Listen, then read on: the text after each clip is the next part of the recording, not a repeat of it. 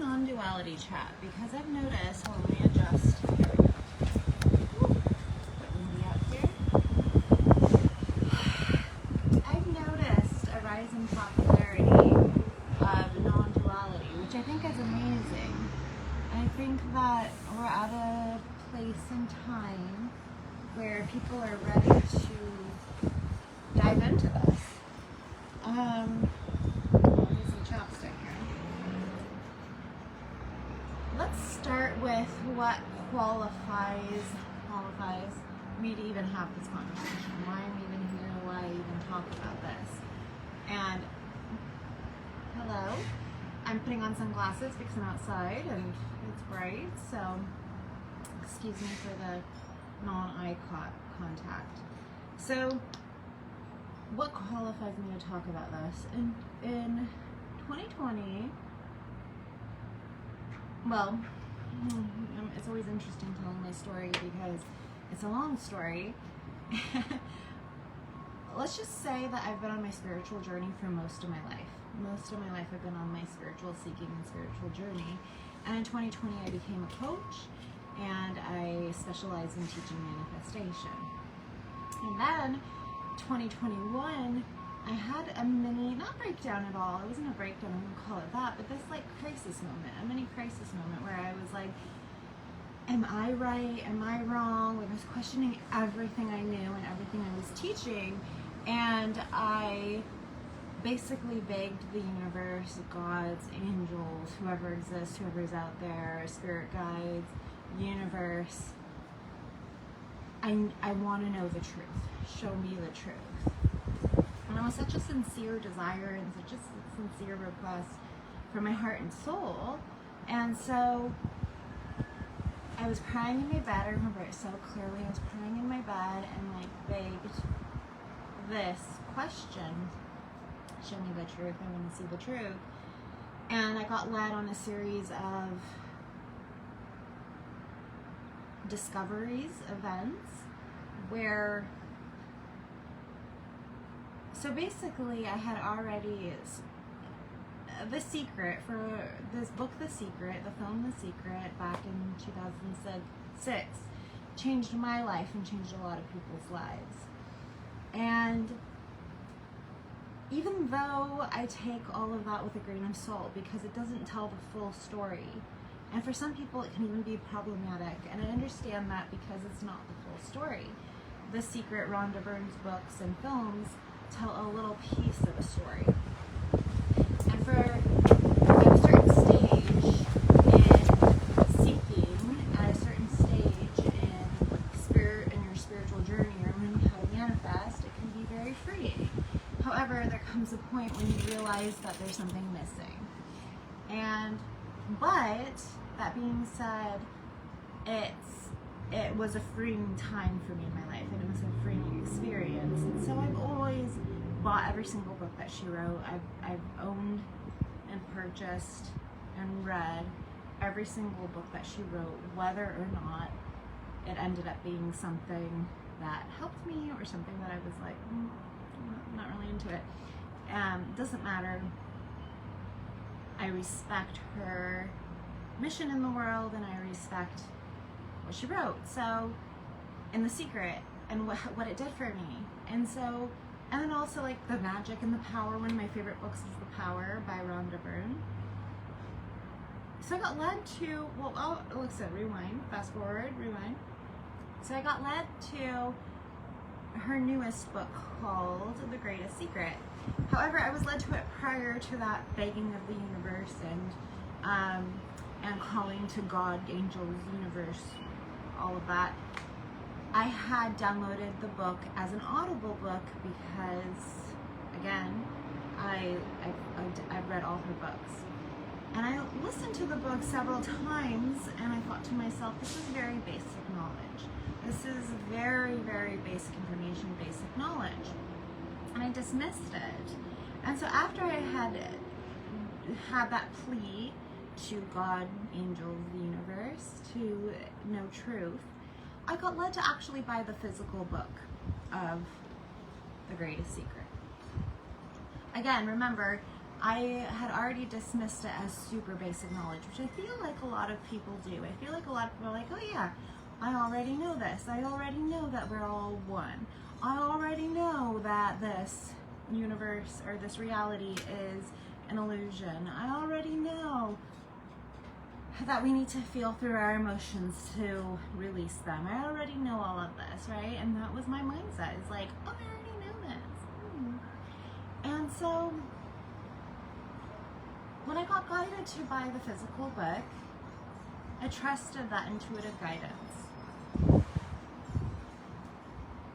And I sat down with the book and I read 10 pages a day, 10 pages a night actually, right before bed. And there was a deeper understanding, a deeper knowing of like, there's something here. It's not in the knowledge, there's something between the lines. There's something in the spaces between the words. There's something in the spaces between the lines. And yeah, it was just this deep knowledge of like, there's something here. And so I started practicing her recommendation of asking yourself, am I aware? So I started doing that. However, I was running into a little bit of a roadblock. So I'd ask myself, am I aware? And my expectation was for somewhere like some experience of like the clouds parting and this awareness that we are, this God that we are, to reveal itself through some magical enlightenment experience. And that of course didn't happen because it's not what it's about at all. And I started looking two things, actually, two layers to it. One was that I thought that my mind had to completely shut down and quiet itself in order for me to have this quote-unquote experience that I was looking for. Excuse me. I'm going to open up this bubble water while we're talking here because I always need to be drinking something while I'm talking. The other thing, and I didn't realize I was doing this until later when I was having a conversation with my friend David Farmer. The other thing that I was doing was I was looking for a secondary awareness. So you hear people talk about consciousness awareness, Christ consciousness, all of this. And what a lot of us tend to do is look for this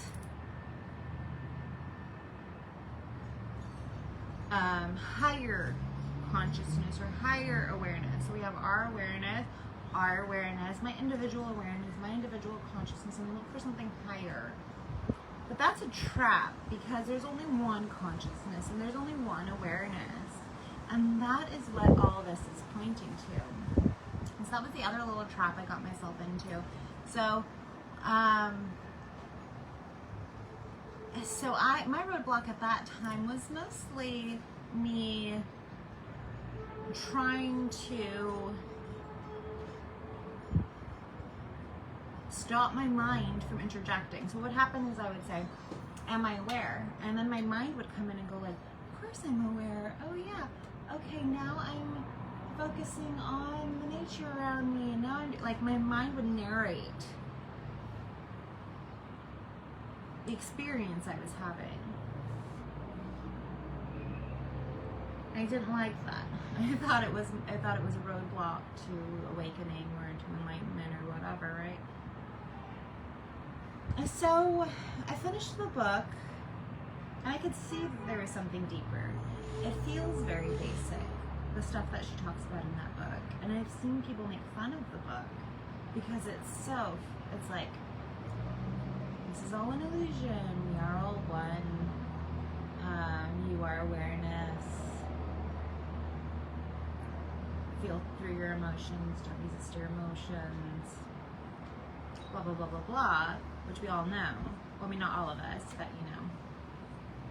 If you're in the spiritual field or you've done all these healing modalities, it feels basic. It feels like it's something that you already know. But I could tell at this point that there was something deeper being pointed at. And by the way, I had read Eckhart Tolle's books, The Power of Now and A New Earth, many years prior. And again, I had the same feeling of like, oh, this is really basic knowledge. But that's the thing is it was mental knowledge. It was mind knowledge. It was information being gathered, and I could recall that information. And it was like, yeah, I know this. So if you learn that the planet Uranus, for instance, and I bring that up because it's my favorite planet. If you learn that Uranus, for instance, has a vertical ring, and there's certain gases that condense, and it actually ends up like raining diamonds on the planet. That's all mental knowledge. You learn facts. You check off facts. There was something deeper being pointed at that had nothing to do with mental knowledge. Had nothing to do with mental knowledge at all. And I recognized that in reading the physical book. And so, in the back of the book, there were references to the teachers that were mentioned in the book, and one of them appealed to me, David Bingham. And so it was through David Bingham which Rhonda Byrne discovered her true nature, and I got the intuitive nudge to reach out to him and schedule a session with him. And in my mind, I was like, oh, he's so popular, he's featured in this book, he's not gonna have time for me, he's gonna cost like thousands and thousands of dollars. But it wasn't that at all. It was very open. Yeah, we can schedule you next month. It was not very expensive, totally accessible. And I got on this call and we spoke for 3 hours on the first session together. Now, while I do credit David Bingham for my awakening, I actually didn't discover my true nature, have self-realization on that first call with David. I was in this mindset of, I want all these mind questions answered. So I had already had these concepts and ideas of how the world and the universe and our energy and everything worked, and I just wanted validation or confirmation. Ultimately, I was seeking truth, but when I approached our call, it was like,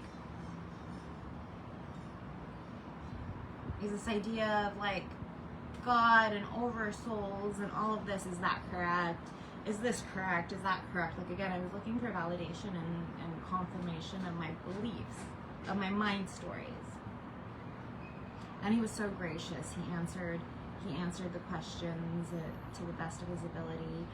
But his talent is not dismissing your questions, answering the questions, but leading you back to the original inquiry, which is, what is the truth? Isaiah. Hello.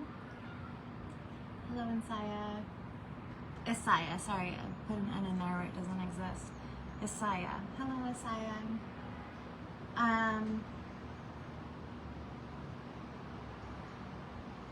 It wasn't an instant revelation. It wasn't an instant seeing of my true nature. It was really an unfolding.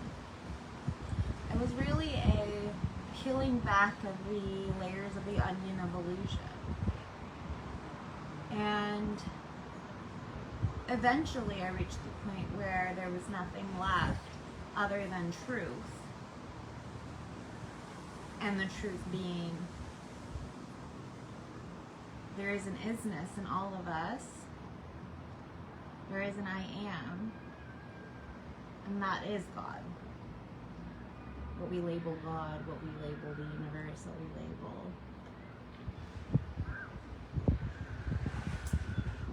And from that revelation, and again, I had already known this from a mind level. I had already retained this knowledge, but it was a clear seeing of the fact where the shift occurred.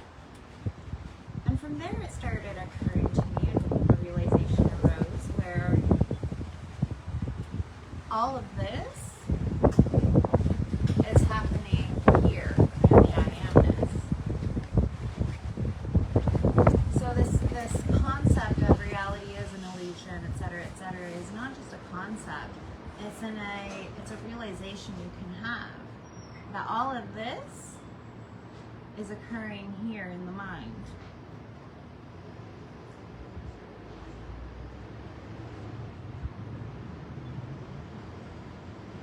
So there's a difference between the mind knowledge and the clear seeing of these things that's being talked about in non-duality.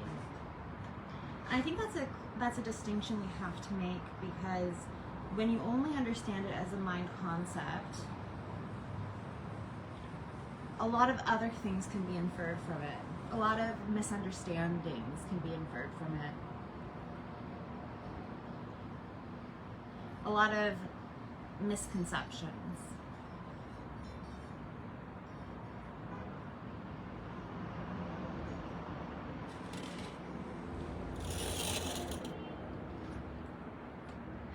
So in the rise of popularity of non-duality, whether it's named non-duality in the ways that people are teaching it, or whether they call it something else,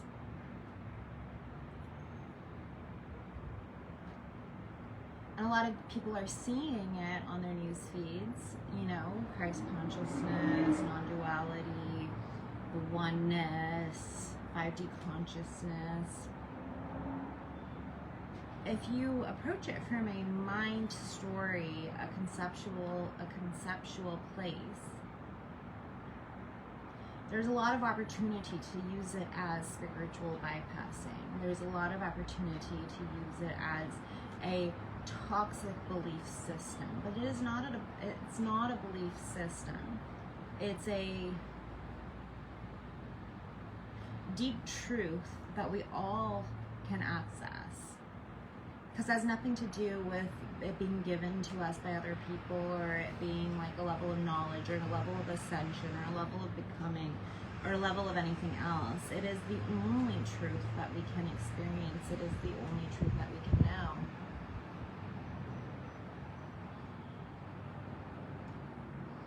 So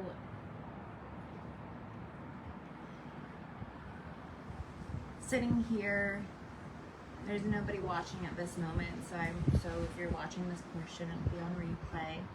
Sitting here watching, hearing this noise come out of your digital device, seeing this image on your digital device, wherever you happen to be sitting or laying or standing.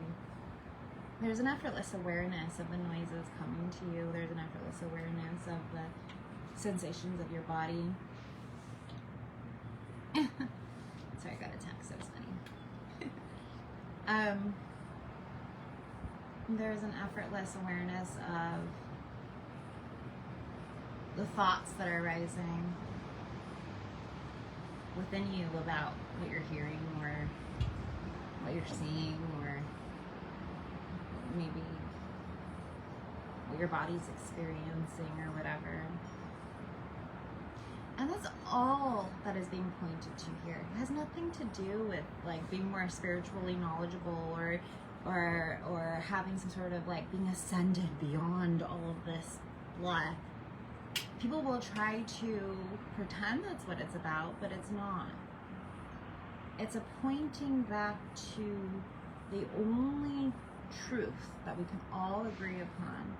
The only thing we can ever truly know is our isness. I am that I am. God, who is God? I am that I am. What is God? I am that I am. It's the only thing we can ever know.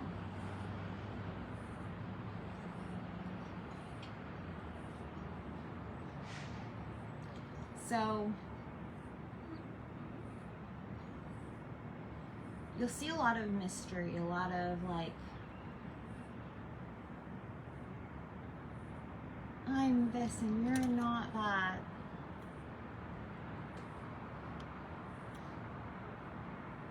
I'm in Christ consciousness and you're not. That's not true. We are all in Christ consciousness. The only difference is whether you believe the illusion, whether you believe the mirage, or whether you clearly see the very thing that's been in front of your nose. It's called, so the reason that Rhonda Byrne named her book The Greatest Secret is not her, it's not her invention, it's not her name. It's actually, I forget what tradition it comes from, but actually, like in old traditions, it's called The Greatest Secret because it is the most hidden thing, but the most obvious thing. Your very isness is the most obvious truth. It's not I think, therefore I am. It's I am, therefore I am. And it's the most obvious truth to every single one of us. I don't care if you're the least spiritual person in the world or the most spiritual person in the world. We can all agree on one thing. There is an isness. There is an isness that we can know. There's a lot of sci-fi novels and shows and stuff that plays with the idea of like being trapped in an illusion. One that comes to mind is, I don't know if any of you guys watch The Magicians on Netflix. It also started as a series of books and novels. There's a scene where one of the main characters, as part of, I don't know, some spell that's cast on him or something, believes that he's in a mental institution, but he's not actually in the mental institution, but he's got this spell cast on him, and so he's having these delusions, these visions and experiences of being in a mental institution, even though it's completely, what's the word I'm looking for? Delusion can work, sure. Hallucination, it's a hallucination. And that's the one that comes to mind mostly when I'm talking about this, because this is a hallucination. And so it's not a matter of anyone being more ascended than another person, or anyone being more spiritual than another person, or anyone being, I'm in Christ consciousness and you're not. No. It's a matter of whether or not you believe the hallucination. This is all make-believe. And I want to put a little caveat in there, a little side note, because when you say, because it's actually happened where people who get really deeply into non-duality, who may have like pre-existing mental health issues, or maybe it develops from there, where they're like, oh, this is an illusion, this is a delusion, like,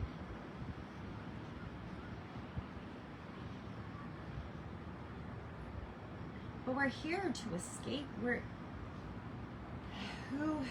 Lester Levinson, that's the one. Lester Levinson talks about how it's only through the human experience that we can actually escape the delusion.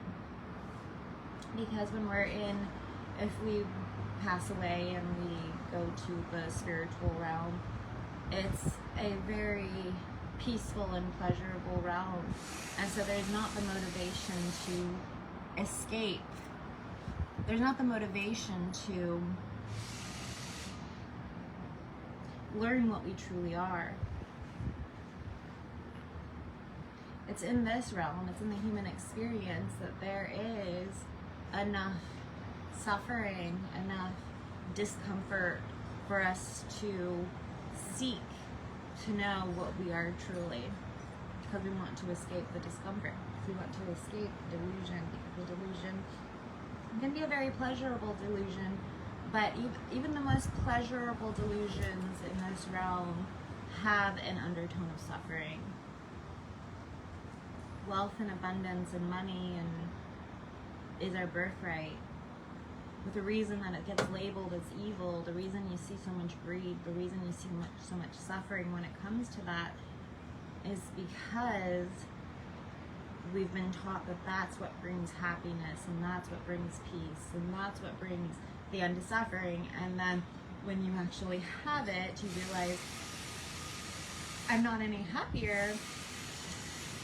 They say, new levels, new devils. And that's where that came from, because sure, you now have the money, sure, you now have the success, sure, now you have your Range Rover in the your parking garage, you have the beautiful view, you go on the fancy trips, and yet you still feel unsettled. It may not appear as the standard forms of suffering of I don't know how I'm going to afford my groceries, I live in a crappy neighborhood, my car breaks down.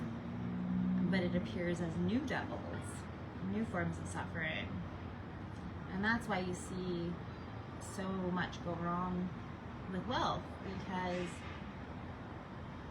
the insecurity is still there, the suffering is still there, the lack of peace is still there, and then people hoard money and accumulate money and abuse other people.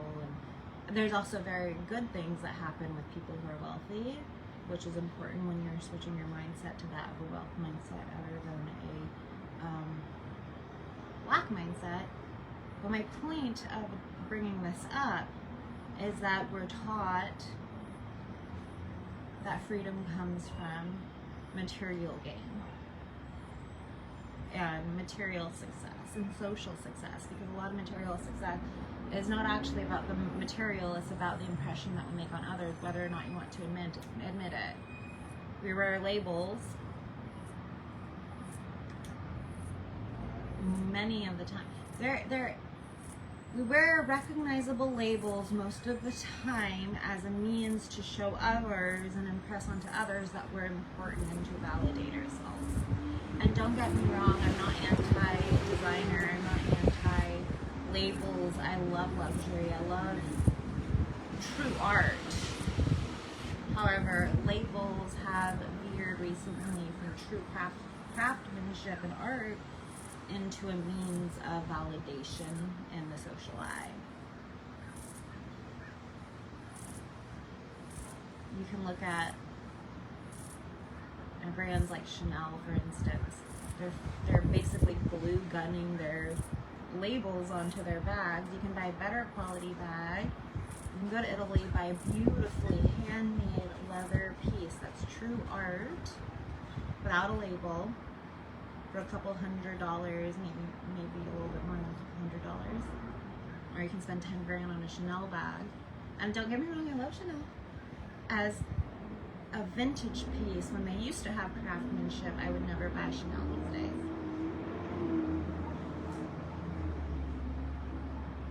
So, you know, we get to be honest with ourselves. Like, you're allowed to love luxury and you're allowed to love known pieces of art and craftsmanship. But I will guarantee to you, most people who are into designer are more about validating. Because we've been taught, rewind it back to the original topic, we've been taught that our worth depends on what we can accumulate, the experiences, the outer experiences we have, and what other people think of us.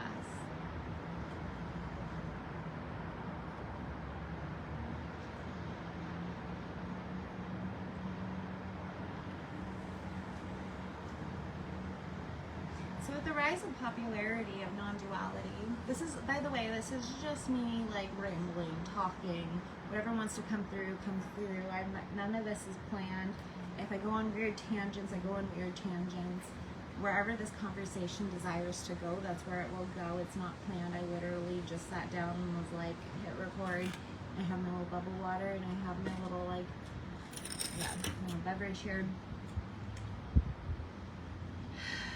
So with the rise of popularity of non-duality, I feel like there's a lot of people on the receiving end of these like little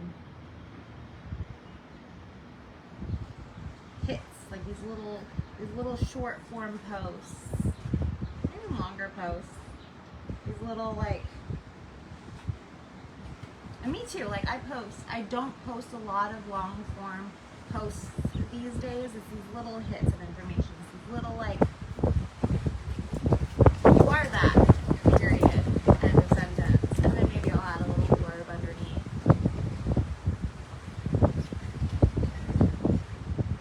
So one of the things I wanted to make sure I addressed is spiritual bypassing.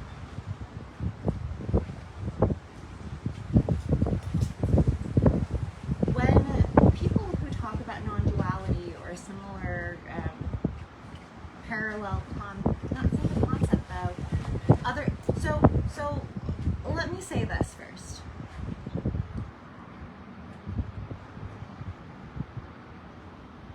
Non-duality, Christ consciousness,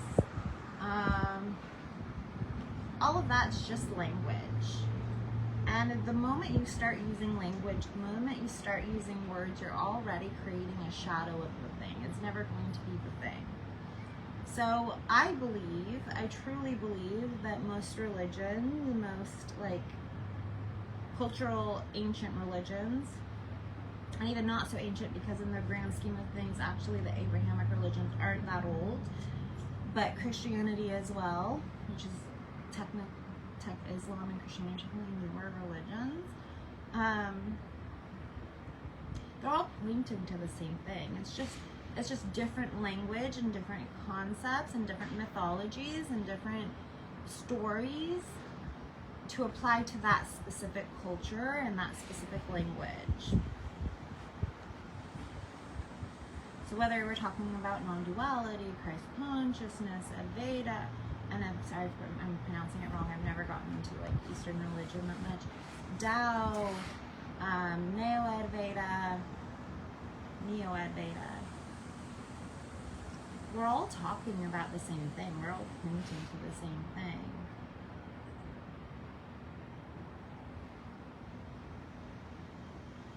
So when we talk about, when there is conversation about you are that, abundance, joy, bliss, is either your, some people will say, and I have said in the past, it's your true nature, it's who and what you truly are. But actually the truth is that that's also, anything experiential is an illusion. So if I experience bliss, that's an illusion. So according to Eastern tradition, yoga, I believe it comes from the yogic tradition, there are believed to be 5 bodies. Now this is just a story. This is just a framework. This is just a concept. It's not ultimate truth, but I find it a very helpful concept in order for the mind to use to understand all of this a little bit better. And that is of the 5 koshas. So according to yogic tradition, there are 5 koshas, 5 sheaths, 5 bodies. The most dense one that we experience is the physical body. Moving from most dense to closest to our true nature, so we'll go in that direction. The most dense is the physical. Then we move into the emotional / energetic. Then we move into the mental / astral. So in the mental / astral, when you have an out-of-body experience or when you're astral traveling, anybody who's actually had astral traveled, I've astral traveled hundreds of times, you'll notice that your mind is still there because it is the mental body. Then after that you have the body of wisdom. And this is the first non-dualistic, and this is what gets called Christ consciousness. So when you hear people talk about Christ consciousness, they're talking about the body of wisdom, which is really in this world, but not of this world.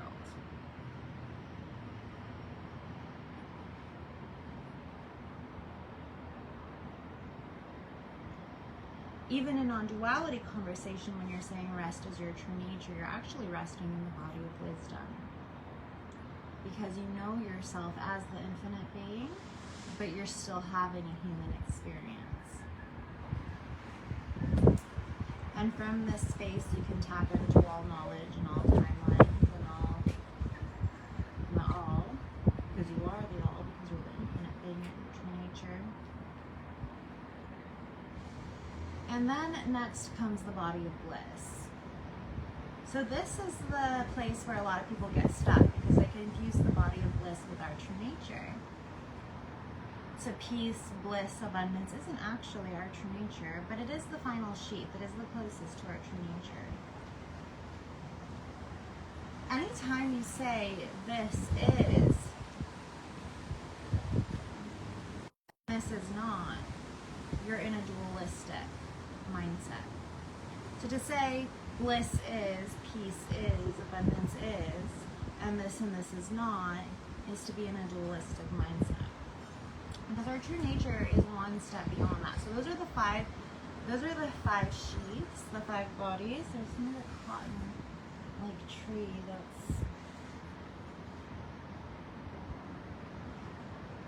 Our true nature is the non-experiential, non-conceptual, non-judgmental. There is no good, bad. There is no bliss, suffering. There is no abundance, lack. There is no any of that.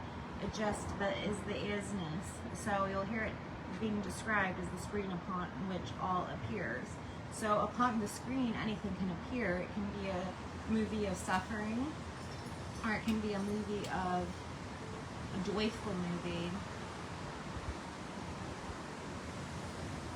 With that being said, the reason I do like to talk about bliss, peace, and abundance being part of our true nature, even though that's not quite accurate, is because if you are everything,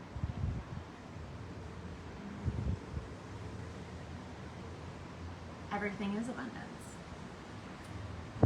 If you are eternal and infinite, how can there be anything other than peace?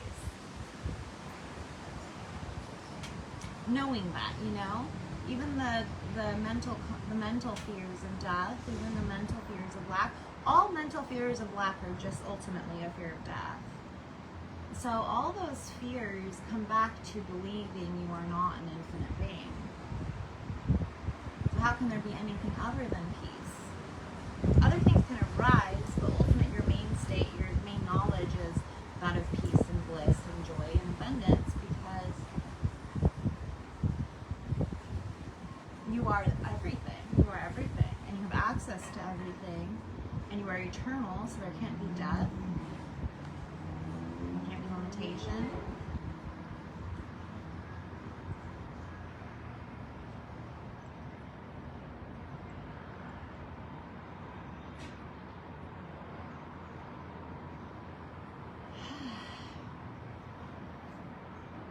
So that's not quite, to say that those are your true nature isn't quite inaccurate, other than the fact that we want to avoid saying we are this and we are not that. Because the truth is we are the screen, and upon the screen anything can appear. All the horrors of the world can appear on the screen, and it's a part of us. And all the joys of the world can appear on the screen, and it's us. It's all us. It's all occurring. We don't have to experience the horrors. We can live a life where we experience mostly the joys and the blissful moments and the abundant moments. But we get to understand that we are the whole coin. We are not one side of the coin. We are not just the heads and not the tails. We are the whole coin. And that's really important when we're talking about non-duality and we're talking about spiritual bypassing. The reason non-duality can never do spiritual bypassing, if you truly understand what's being pointed at, is because what's being pointed at is we're the whole coin. We're not the light or the dark. We are the whole coin.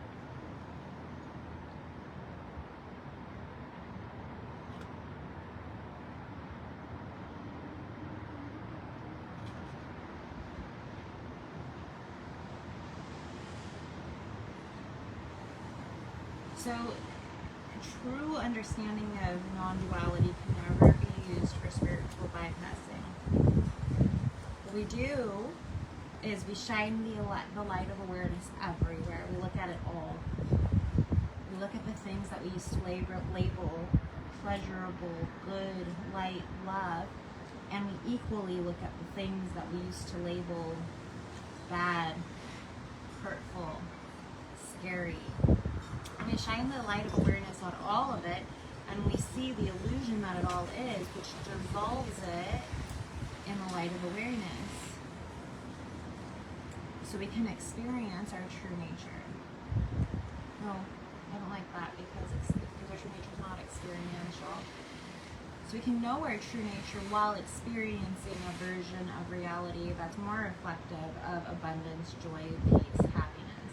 Not because because one is better. We don't place one above the other necessarily, but we know that if I am the all, there is no reason to experience lack. There is no reason to experience suffering. There is no reason to experience the things that feel hurtful. But it's not even just hurtful. If you really start to pay attention, you'll notice that they feel more effortful. We've been taught the opposite in that as well.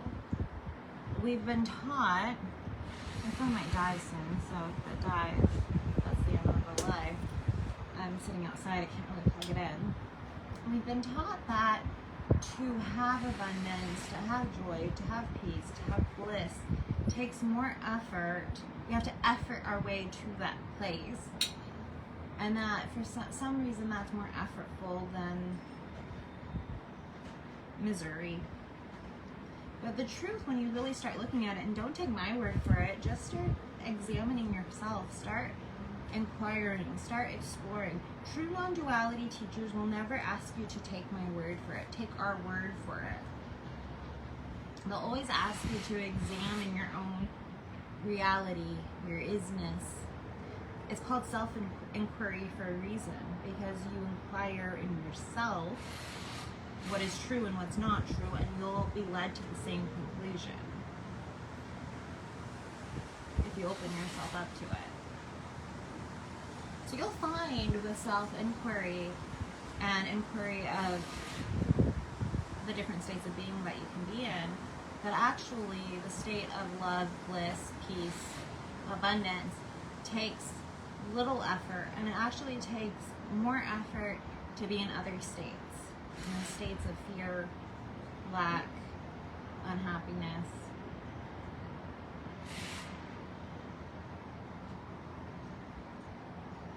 So that covers the spiritual bypassing aspect. The other thing I want to make sure, which I know I've already touched on, but I want to make sure I cover it fully before my phone dies, which could be literally in any second. And maybe it won't post. I don't know. We'll see. Just flow. Whatever happens, happens. The other piece I want to make sure I touch on is the hierarchy. The I am better than. You are living in false ego. You are living in the mere illusion. And I am ascended. I am in Christ consciousness. Give me a fucking break. Sorry. I'm allowed to say that on Facebook? I don't know. Sounds very judgy of me, I know. But I can't help but roll my eyes. Because the truth is, when we say you already are that, it's the greatest cosmic joke. Nobody can take your knowledge of your isness away from you. When they say it's closer than your breath, it's the greatest secret, it's the great cosmic joke.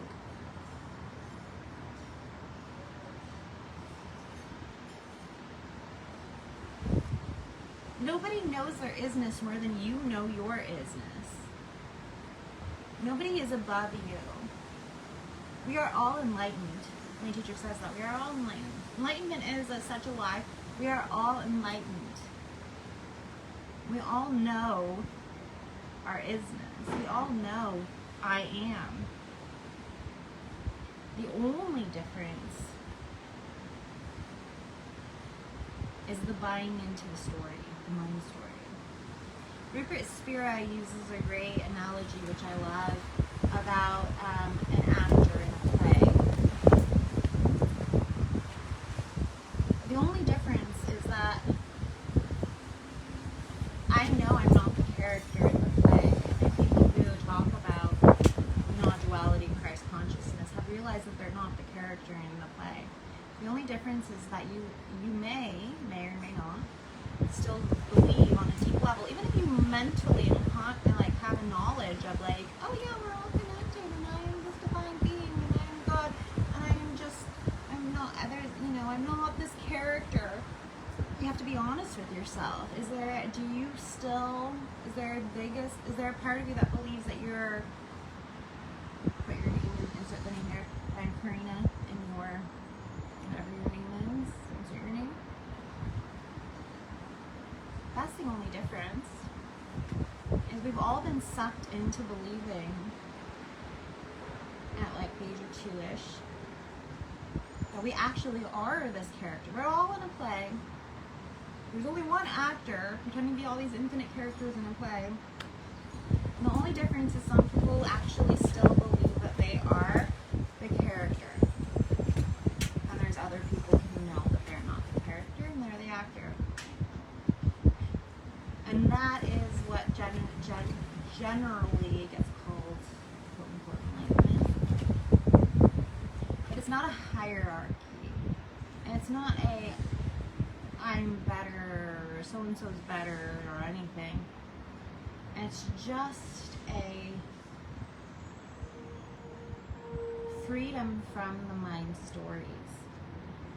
Because if you are the actor, but you're playing a character who, again, this comes from Rick Riscara, who like got divorced from his wife, and the kids are misbehaving, and all this stuff, and you leave the stage and you're like, oh my god, but my wife is divorced, and it's like, no, that was just the character you played. None of this is actually happening. It seems like it's madness. It's madness.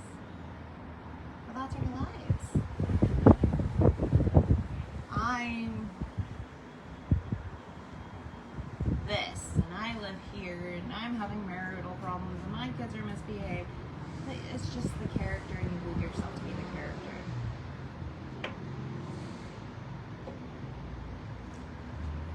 Nobody's better than you, or more ascended than you, or more enlightened than you. Throw that shit out the window, please. Please, please, please. And you don't need to pay someone. I'm all for high ticket packages and stuff, but you don't need to pay someone several $1,000s to discover your true nature. Guess what? You already know your true nature. It's just that it's like being in a dream and believing that you're like actually experiencing like a night dream, and like actually believing that you're actually experiencing the night dream and you're the character in the night dream. Anybody who's lucid dreams has that moment where they're like, oh, this is a dream. I'm actually asleep somewhere. That's all it is.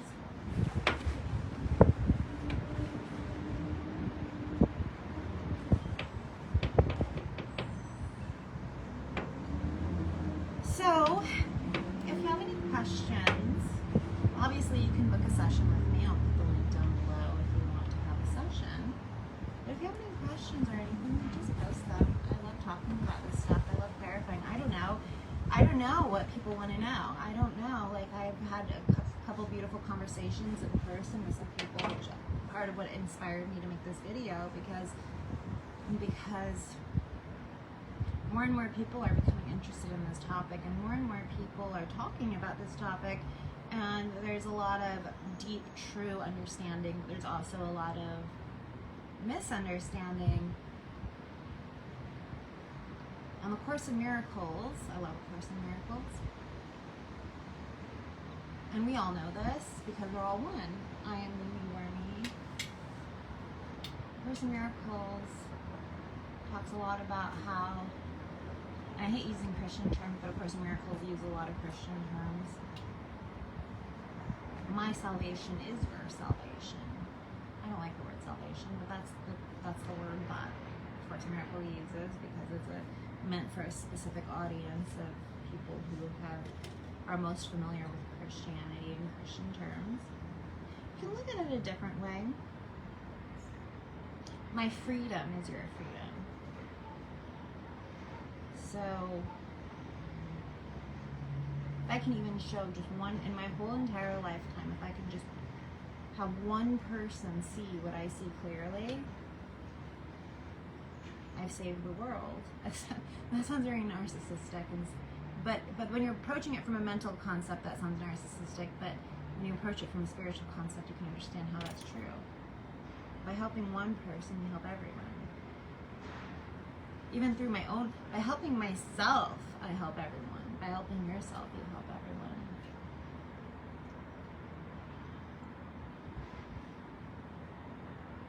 So my invitation to whoever actually happens to watch this is ask the questions.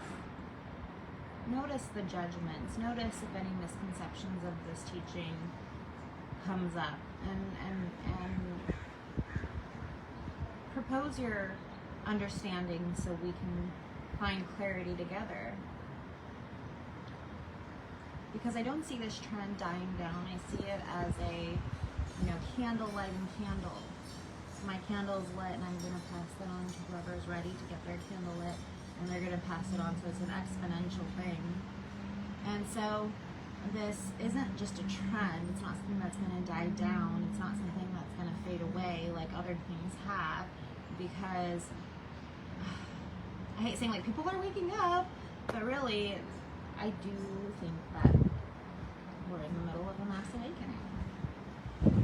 So you're only going to see it more and more, so it's better to have the conversations openly than automatically jump to conclusions or automatically make judgments or, ask the questions. And if it doesn't fit, it doesn't fit, and that's fine. A true non-duality teacher will never say, believe me because I say it. They will always say, inquire within yourself. So I think that's it. I feel really complete with this. Thank you for watching. If you've watched, and I'll make sure to post a link to have a session with me. Have a wonderful, beautiful day.